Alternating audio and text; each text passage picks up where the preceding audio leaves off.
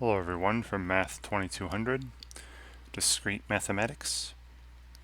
Professor Wenson here again with a video on your Zybooks, section 14.1, titled An Introduction to Trees.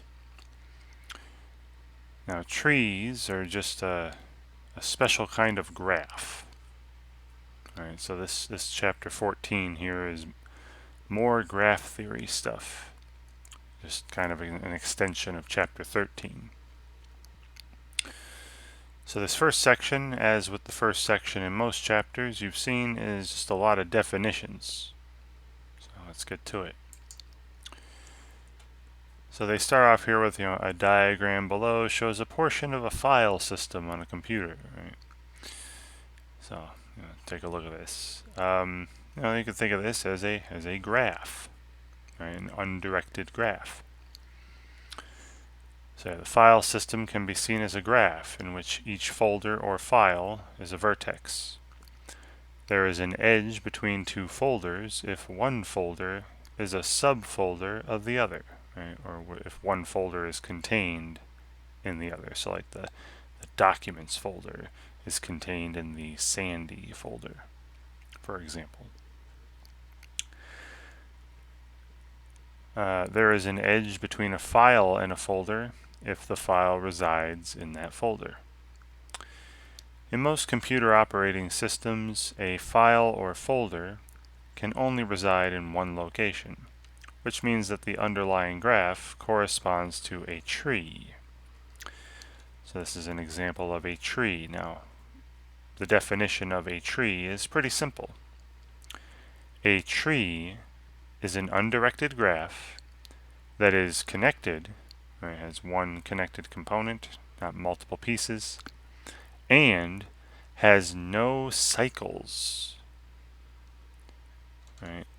Meaning you can't start it like up here in this graph. You can't start at one folder, follow any amount of edges, and end up back at that folder without repeating edges and repeating vertices, right? I can't create a cycle from any folder to itself. So here are a couple examples of some trees. Now the two trees are the same, right, except the vertices in the tree on the right are drawn in a more orderly fashion. And you could do this for any tree. You can take what they're calling here a free tree and give structure to it by having it start with a root vertex, and then drawing vertices at different levels in line with one another, going down almost like a family tree or this file system up here. So yeah, every tree can be structured like this, like a rooted tree.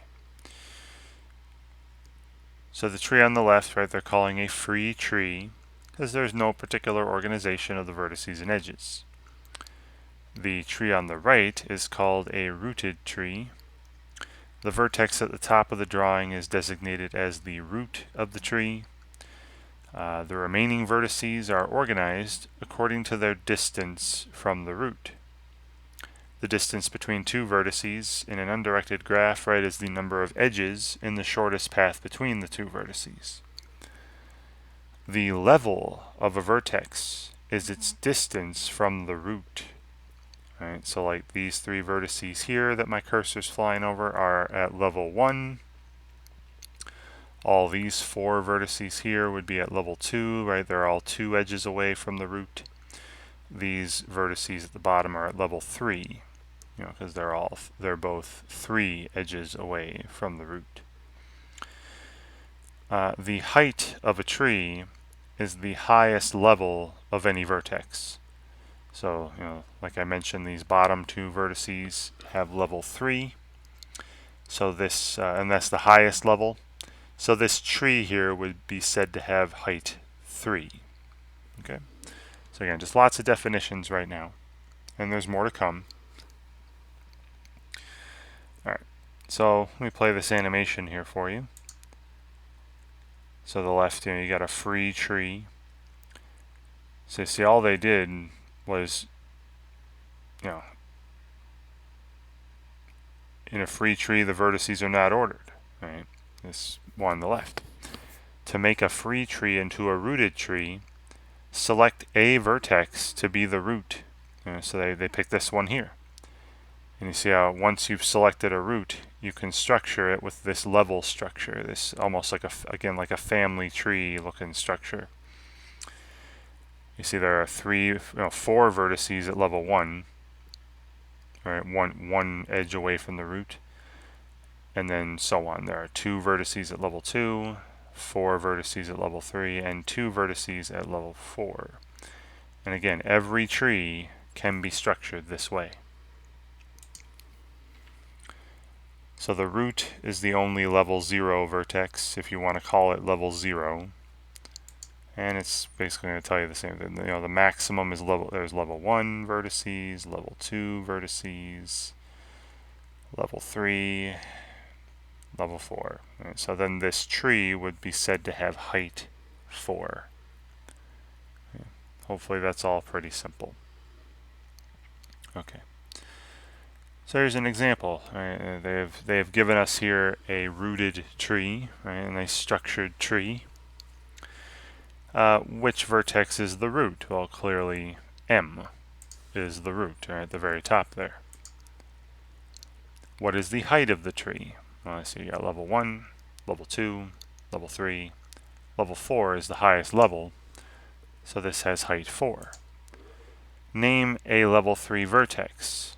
Well, E or D. Right? These are 3 edges away from M, right? The 3rd level, so I'm going to say E or D. Okay. Great. Pretty easy stuff, I hope. Okay, and then something else about trees. If T is a tree, say U and V are 2 vertices in that tree, well then there's exactly one path between those 2 vertices, which hopefully is pretty obvious. I mean, they have the proof of it given elsewhere, they said, but if I pick vertex K and vertex H, the only path, again, remember, a path is an open walk with no repeated vertices, no repeated edges. The only path that could take me from K to H would be K to M to I to H, and that's it. And this is working out for any pair of vertices. Take any 2 vertices, J and E. There's only one path that takes me from J to E, J to K to M to I to F to E. That's it. And so on. All right, and then some more definitions. Okay. Here are some definitions of terms associated with rooted trees. So again, I like to think of these as a family tree. Right? You have like the first person, and then they have children, and then these children have children. Child E has child F, and then D has children H, I, and J. H has children, and then you can consider the people above our parents, people below our children, people above our ancestors, people below our descendants, and those are the kind of words they're using in relation to a rooted tree. So every vertex in a rooted tree T has a unique parent, except for the root, which does not have a parent, right? The parent of vertex V is the first vertex after V encountered along the path from V back to the root. So this, like here, who's the parent of G? It is H, right? Because if I went from G back to the root, the first vertex I'd encounter is H. Every vertex along the path from V to the root, except for vertex V itself, is an ancestor of vertex V. So their example up here again, if I said, who are the ancestors of vertex G? Well, going back to the root, that would be vertex H, vertex D, and vertex B. All right, those are the ancestors. of vertex G. All right, another definition. If V is the parent of vertex U, then U is called a child of vertex V. So in their example here, look at vertex G. The parent of vertex G is vertex H, meaning a child of vertex H is vertex G. Now vertex H also has another child, right? Vertex C. Basically the children are just one level below, right? So the children of D are H, I, and J. The children of E is just F. A has no children, F has no children, C has no children, G has a child, K, and K has no children. If U is an ancestor of V, then V is a descendant of U. So for instance, and this is just, remember for the ancestors you went back to the root. For the descendants you go down. For the ancestors you go up. For the descendants you go down. So who are the descendants of D? Well, descendants of D are H, G, K, C, I, and J. I mean, lots of descendants. All right. So basically, if I can get from D to any point down here, any point at a lower level, those vertices at the lower levels are the descendants. And every vertex below the root is a descendant of the root. Okay. A leaf. So again, think about it as a tree, right, with leaves. A leaf is a vertex which has no children. So like I mentioned, A is a leaf, F is a leaf, C is a leaf, K, I, and J. Right, all the vertices that don't have children are leaves.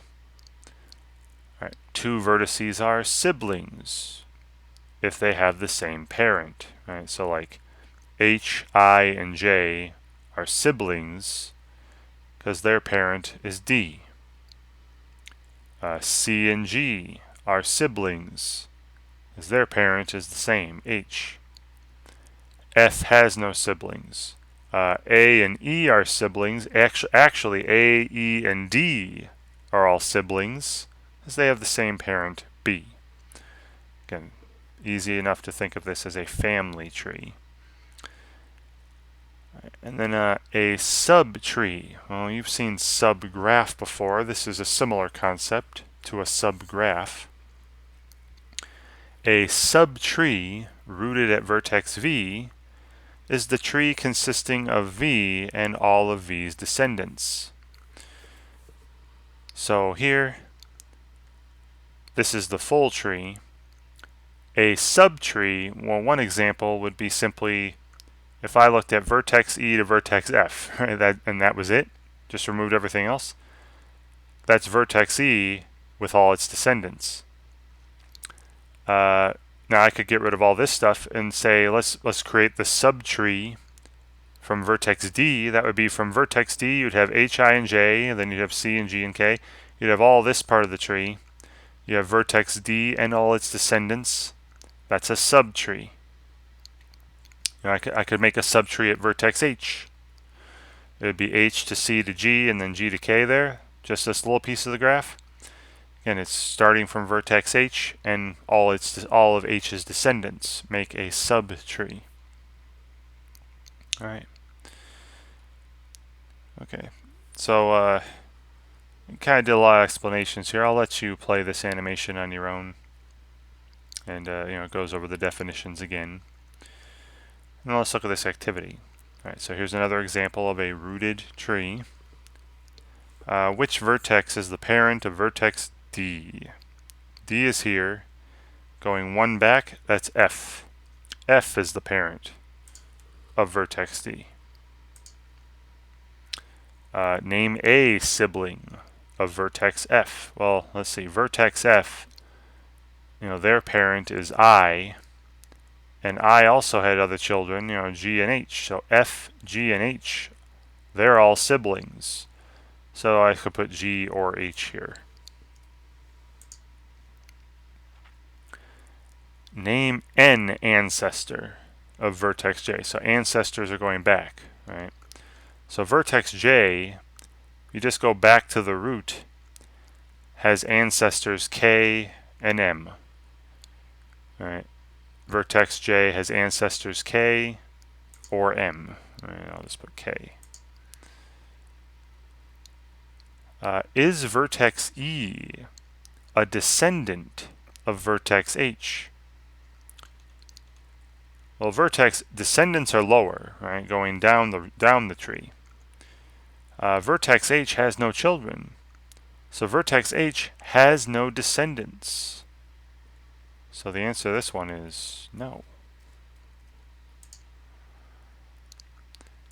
Which of the following vertices is not a leaf? Right, remember, a leaf is a vertex with no children. So the leaves are I, J, E, A, B, C, G, and H. They said which one of these is not a leaf. Well, let's see. G, H, I said J, that's F and C. F is not a leaf. F has children. Right. So F is not a leaf. Okay, and that was all. Just a lot of definitions, right? You have these trees, these connected graphs with no cycles. No cycles. You take any two vertices on a graph, on a tree, there's exactly one path between them. Exactly one path. And all these definitions, right? Parents, children, ancestors, descendants, leaves, siblings, subtrees. Just a lot of definitions in this section, this introduction to trees. All right, and then you have your additional exercises. Again, not too many, so I probably assigned them all. But if I didn't, I would still recommend looking at all of them, just to get more exposure, more practice. And you've got the solutions to look at if you need to. But please try to work out the problems first. Try to figure things out first. Before you look at the solutions, and then check yourself. And I'm hoping this video is a reasonable guide through this section. If you have any questions at all, send me a message and I'll get back to you as soon as possible. And thank you very much for watching.